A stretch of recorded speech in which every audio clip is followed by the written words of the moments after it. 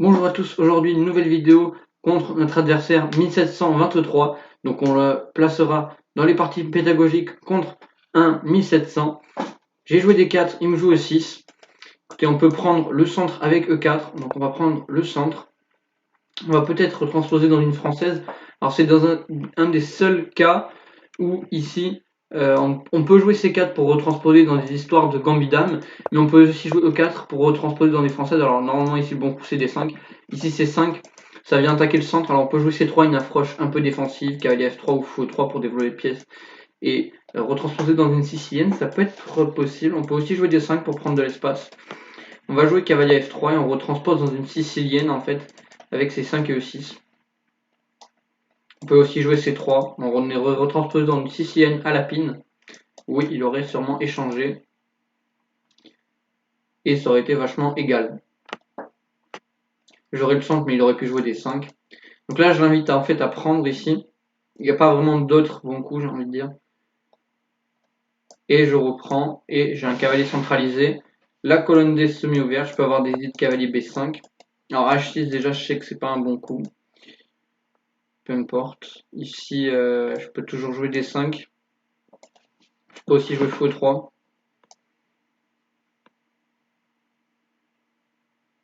Si je joue fou E3, je menace de prendre en C5.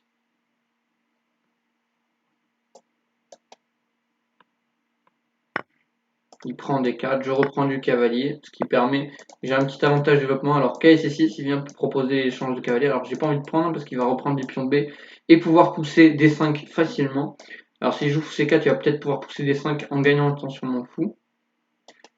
Fou B5 n'est pas une option, hein. Je vais jamais prendre, ça va lui permettre de reprendre du pion B, pouvoir jouer D5, mais en plus ça lui permet fou A6 et d'avoir une très belle diagonale pour son fou. Fou E2 a l'air très logique. C4 est également logique, l'idée d'essayer d'empêcher D5. J'ai joué C4, c'est un étau de Maroxy, alors il a joué H6, c'est un peu bizarre. Et l'idée c'est qu'on va vraiment asseoir le contrôle de la case D5 et éviter que les noirs puissent pousser D5. Par exemple sur D5, on peut peut-être prendre, il reprend, dame prend et cavalier prend C6. S'il reprend de la dame, on peut jouer cavalier C3, menace fou B5, on gagne des temps. Donc fou B4, alors je peux pas jouer fou D2 à cause de cave. Enfin, je peux jouer fou D2, quoique. Est-ce que c'est vraiment bon parce que ça laisse le cavalier, ça se venge ici. Ça a l'air quand même bon. Après, on peut asseoir le fou en D6. Cavalier D2 aussi a une bonne tête, mais cavalier C3 est dans notre esprit. Le problème, c'est qu'il peut peut-être doubler les pions sur la colonne C. Et c'est un petit peu gênant, ça.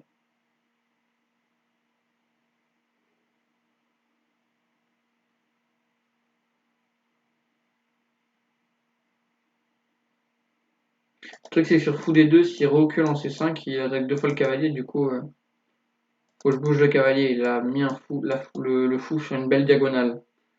Ici, j'ai envie de jouer cavalier D2. Le problème, c'est peut-être E5. Écoutez, on va jouer cavalier C3. Je vais proposer qu'on joue. Alors, s'il prend, hein, s'il prend pas, s'il fait un autre coup comme cavalier F6, menace de prendre le pion E4. Ça peut être intéressant s'il prend. Ok, il fait cavalier 7, il veut essayer de jouer des 5, mais ça va lui créer. Alors, ça lui crée pas un pion isolé pour l'instant parce que je suis cloué, mais s'il joue des 5, je peux potentiellement prendre. Il va reprendre du pion C. Je peux reprendre du pion C et essayer de prendre de l'espace, même si ça lui donne des cases. Non, c'est pas incroyable. Alors ici, du coup, son but c'est de pousser des 5, je peux pas vraiment l'empêcher. Donc je vais jouer, je peux jouer fou D3, hein. Fou E2. Fou E2 est mieux dans cette structure, avec des idées sur cette diagonale en tout cas. Parce qu'en D3, ça bloque un peu la connexion de la dame. Il peut y avoir des histoires ici de cavalier B5 pour rentrer en D6. Sur cavalier B5, le problème c'est D6, soutenu par les pièces. Et, par exemple sur A3, on peut jouer, il joue fou C5 et ça va bien. B6, alors est-ce que je peux jouer cavalier B5, les D6, il n'y a pas A3, C5. Ça peut être intéressant. Je sais pas trop ce que mon cavalier fait là, mais ça peut toujours être intéressant. peux jouer petit roc aussi. Hein. Et le laisser doubler mes pions.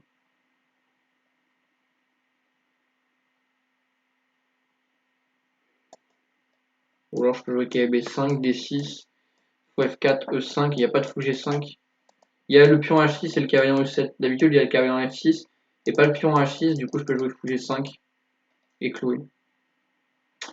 Sauf que là, ben, c'est pas incroyable, j'ai l'impression mon coup. Cavalier ici, D6, fou F4, E5. Je recule sinon, mais il va pouvoir vite me chasser. Pas sûr que ce soit très très bon, il a pris vachement d'espace au centre. Après ça me laisse la case D5, hein, mais pensant le cavalier il veille, donc si je pense que le petit roc a l'air d'être un coup raisonnable. Alors faut que je me dépêche un peu parce que j'ai 4 minutes contre 7. Donc là je m'attends à petit roc, sûrement du côté des noirs. Ouf ou B7. Fou A6 c'est aussi une idée hein, pour venir taper sur le pion C4. Je m'attends à fou B7. Hein. En général le cavalier il vient pas en F7, il vient plutôt en F6. Ça soutient la prise de 5 mais ça va aussi menacer de prendre le 4. Donc là je reprends du pion B. Donc là ici on a un déséquilibre matériel avec le fou de case noire et lui il en a pas. Donc encore une fois le jeu de couleurs. Le jeu de couleurs c'est quoi? C'est que ici on a le fou de case noire, il l'a pas.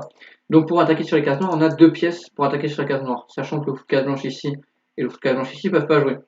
Lui aussi il a deux pièces pour combattre sur les cases noires. Le souci, c'est que mon fou en fait il est toujours meilleur sur la couleur de case, donc là des cases noires, sur la couleur de case qu'il contrôle. Donc ici les cases noires. Par exemple, regardez, si mon fou en D4, il va être magnifique. Il y a une dame qui peut arriver là, ça peut faire très très mal. Et lui, qu'est-ce qu'il a comme compensation? Du coup, j'ai une supériorité, on appelle ça qualitative sur les cases noires, parce que mon fou est meilleur qu'un de ses cavaliers. D'ailleurs, je peux échanger si j'ai envie les cavaliers. Et par contre, lui, il a une supériorité quantitative, donc c'est-à-dire plus de pièces sur la couleur de case opposée. Donc, vu que j'ai de meilleurs jeux sur les cases noires, lui, il a des meilleurs jeux sur les cases blanches, parce qu'il a 3 pièces, et moi, j'en ai seulement 2, vu que le case noire ne peut pas combattre sur les cases noires. Alors ici, je peux prendre en C6, il va reprendre, et je peux... Enfin, j'ai échangé, et là, j'ai la paire de fous contre le fou et le cavalier. Je sais pas si c'est vraiment très... Ça s'appelle un cavalier superflu quand en fait il attend que l'autre puisse venir sur la case en C6. C'est les termes théoriques, donc si on prend en fait ça va l'aider à se désengorger un peu de la pression, donc vaut mieux éviter. J'ai bien envie de jouer à 4, mais je pense qu'ici je vais jouer dame D2. Un simple coup de développement, on va jouer tour D1, et les pions, vous voyez, même si j'ai des pions doublés, le pion C4, vraiment il contrôle bien la case D5. Pour F3 était aussi un coup possible pour essayer de contrôler bien D5. Sur D5 ici je peux prendre en C6 et prendre en D5. Et fou B7, donc là il peut peut-être jouer D5. Si je peux jouer fou F3 peut-être, D5, prise. De toute manière je peux pas lui empêcher vraiment de prendre, de jouer D5. Peut-être avec tour D1, sur D5, j'aurais peut-être des idées de qu'il prend C6. Pardon, sur tour D1, D5, je vais peut-être échanger pas mal de pièces ici. Et ensuite prendre en C6. Jouer fou C4, je vais avoir une belle diagonale. Les tours sur les colonnes, je suis pas trop mal, donc tour D1. Donc vraiment là, c'est le but, c'est placer ses pièces sur les bonnes cases. La dame et le fou, à tout moment, je peux aller sacrifier la balle. Le cavalier bien placé. Le fou, on pourrait l'améliorer peut-être en F3 pour taper avec une G3. Cette tour, il manque plus, on ne sait pas encore trop où la mettre. On va peut-être essayer de se débarrasser de la faiblesse via A4, A5. On peut aussi la mettre en B1.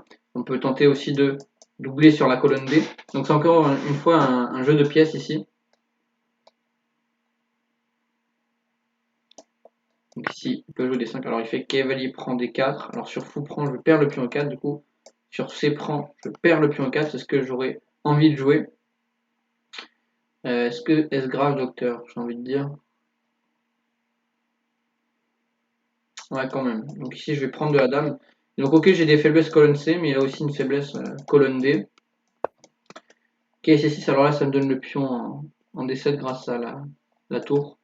Donc ici, je vais aller comestible, je vais aller manger le pion, qui m'a l'air comestible, il n'y a pas d'idée d'enfermement de dame. Je gagne le cavalier. Donc, il vient de jouer dame prend D7, on va reprendre de la tour. Tour B8, il vient défendre son fou qui était défendu. Ici, on va prendre contrôle de la colonne D. Donc vraiment ici, j'ai activé ma tour. Ça, c'est un principe en finale. Si on peut activer les pièces, on active. Est très puissante ma tour ici. Je viens renforcer la pression. Donc c'est ce que j'avais dit. On pourrait doubler. Bon, il n'y a plus les dames. Mais on peut venir ici, tenter de doubler ici. Alors il fait cavalier E5, il attaque le C4, mais il attaque surtout ma tour. Si j'ai bien envie de jouer tour C7. Hein. Il n'y a pas de tour D8 parce qu'il y aura le fou en B7 en prise à la fin, il n'y a pas de rentrée de mat du couloir. Donc tour C7 m'a l'air vraiment d'être un bon coup avec des idées par exemple de F4.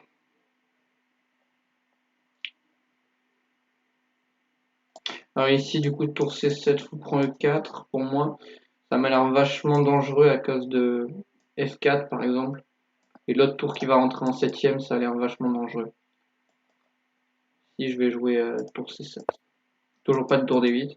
Du coup, s'il prend E4, il se dit ouais super, je gagne un pion. Le souci c'est déjà je vais repousser le cavalier pour pouvoir rentrer en D7 et j'aurai de la pression ici, mais j'aurai également de la pression ici, il va pas pouvoir tout tenir. Une fois que je mange un A7, le pion B6 commence à être faible. Ça commence à être compliqué pour notre adversaire. Sachant qu'ici on a déjà un pion de plus. On a gagné le pion D7, on a la paire de fous. Alors certes ce fou s'exprime pas trop, il faudrait que lui joue. Pour compenser, en fait ici les deux fous sont à peu près équivalents, même si pour l'instant mon fou est pas très actif. Il faudrait en fait, pour faire peser que la paire de fous soit plus forte en fait que le cavalier fou, il faudrait que mon fou de case noire soit plus fort que ce cavalier. Or maintenant c'est pas le cas parce que le fou tape, le cavalier tape et le fou bon il tape pas sur grand chose. Justement si j'arrive à prendre un 7, là ce sera plutôt logique. Donc le coup qu'il aurait aimé jouer comme je l'ai dit c'est tour D8. Il fait tour C8.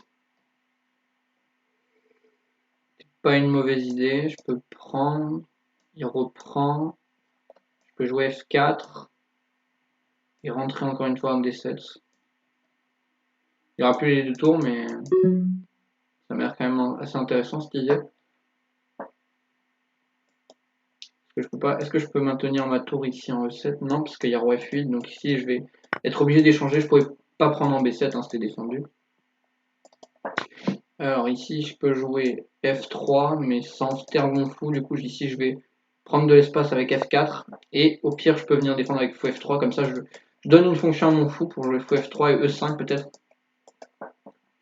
Ici il fait cavalier prend C4, bah, il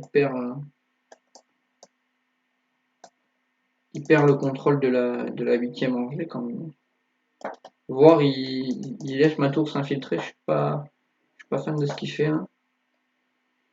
Je suis pas fan du tout ici pour moi de tour D7, elle a l'air vachement intéressant. Le problème c'est que pour l'instant il y a le fou. Est-ce que c'est grave? Est-ce que je peux me venger sur ce fou là? Le problème c'est que sur tour D7 il y a fou C6 contre-attaque la tour. Si j'ai bien envie de prendre, rentrer en D8, venir en D7. Fou C6, tour prend A7, tour prend C3, fou prend B6. J'ai un pion passé. Mais intéressant. Je vais plutôt d'abord prendre en C4. Alors, j'ai pas dû bien gérer ici. Alors ici, je peux jouer fou D4 aussi. Hein, pour tenir mon pion et mon pion. Je vais venir faire un échec. Ça coûte pas de pain. Je vais venir ici comme j'ai calculé juste avant. Jouer fou. Non, pardon. D'abord tour prend A7. Fou prend B6. Et je vais peut-être pas calculer tour C1 et tour C2. Se venge sur G2. Ok, il l'a pas vu. Tant mieux. Tant mieux pour moi.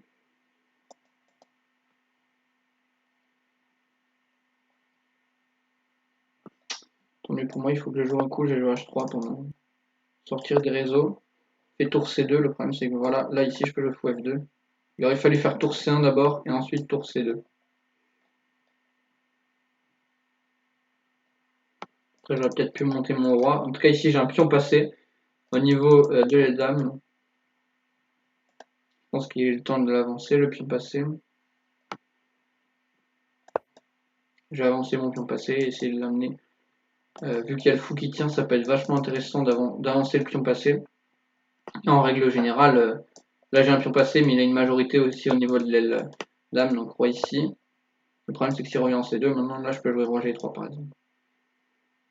Ou peut-être, ouais, je peux revenir en G1, mais c'est pas très intéressant. Plutôt roi G3. Ok, tour 1, on va continuer d'avancer le pion. Si on arrive à l'avancer jusqu'en A7, on est probablement très très bien. Parce que le pion avec le fou pourrait être très bien soutenu. Si sur tour A2, on a toujours roi G3. Donc le roi, s'il s'active. Ah, ici j'ai loupé fou D4. Ah non, j'ai loupé une tactique. J'ai loupé une tactique. Écoutez, tant pis, j'ai loupé une tactique. Il me restait 10 secondes à la pendule. Va falloir que je bouge la tour. Le problème, c'est que. Alors là, il me laisse.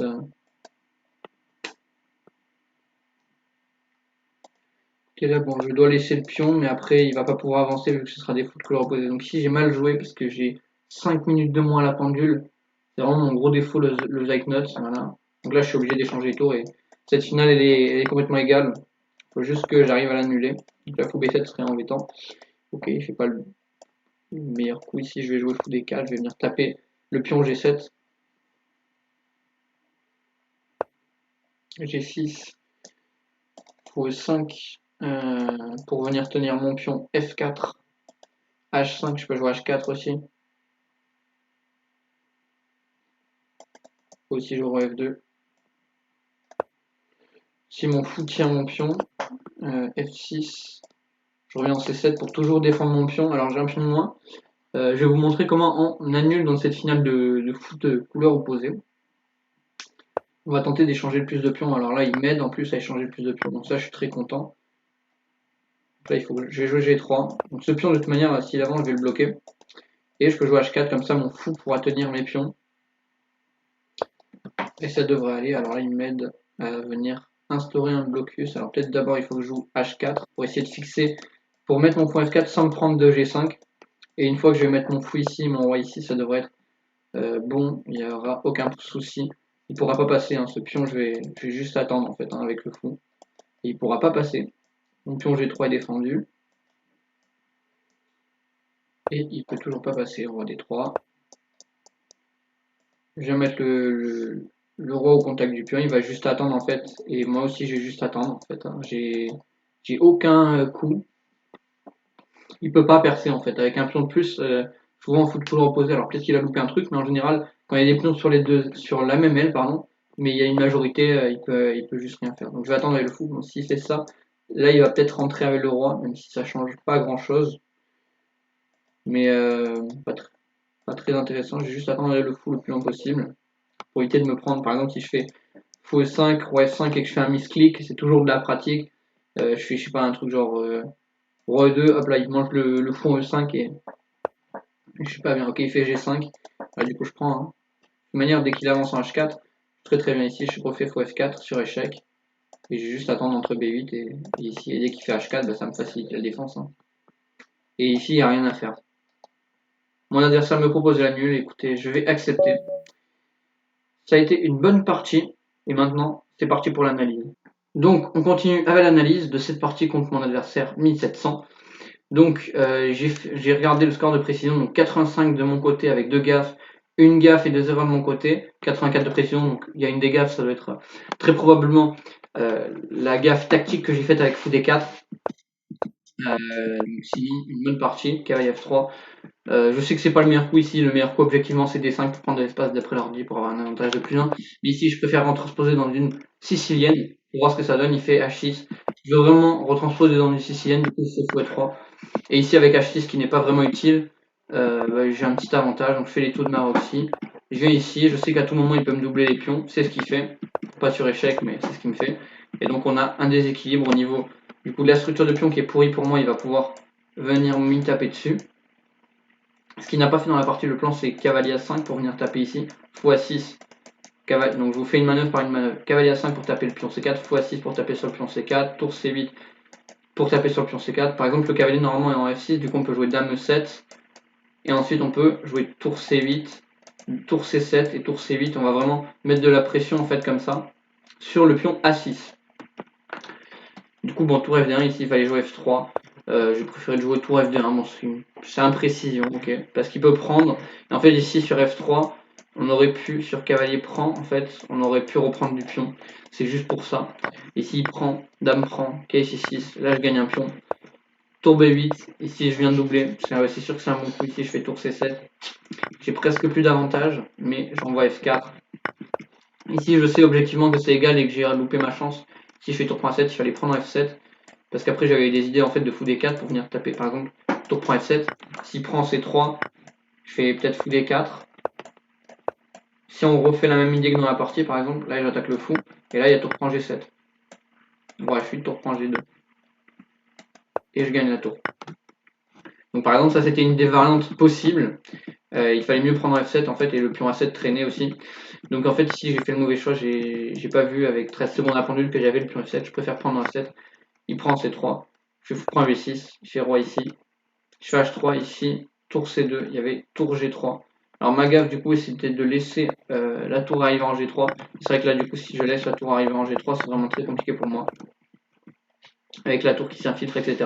Ici il valait mieux jouer, à la place de H3, il valait mieux jouer tour C7. Empêcher les idées de tour C1. C'est ce que j'avais peur, hein. J'ai joué H3 pour essayer de me sortir des réseaux. Ici il a joué tour C2. Du coup je peux faire fou F2. J'envoie mon pion passer, je sais objectivement que c'est égal. Et ici voilà, la deuxième gaffe c'est qu'ici j'ai fait A5, j'ai loupé la fourchette en D4. Au moins ça donne une partie un peu plus intéressante. Je fais roi G6. A6, j'envoie le pion passer. Fou D3, il attaque le pion. Et ici je sais objectivement que la position est égale, j'ai loupé ma chance en fait dans cette partie ici. Je sais que voilà, il va créer le pion passé, c'est égal du début à la fin. On fixe du coup, on met les pions sur case noire pour que le fou puisse venir défendre le pion de derrière et que le pion de derrière défende le pion ici. Et ce pion en fait, on va juste attendre avec le roi et dès qu'il va commencer à avancer, il va rien se passer ici. Bon, il tente un petit peu, j'échange les pions. Je reste surtout au contact du pion G, sinon c'est plus la même. C'est peut-être nul, mais c'est un peu plus galère. Donc là, il essaie de faire un contour, mais il voit que ça sert à rien. Fou C7 et match nul. Donc ici, voilà, dès qu'il tente par exemple pour H3, s'il tente H4, bah, juste j'échange. Et en fait, bah, je vais exactement faire pareil. Je vais vraiment juste attendre. Et il peut pas passer. En fait, il peut pas passer. Vu que je bloque sur les cases noires, par exemple, je peux mettre même mon fou ici. Vu qu'il a un fou de case blanche, il pourra jamais me débloquer. Et son roi, pareil, je contrôle des cases. Il pourra jamais passer en fait sur les cases. Donc voilà.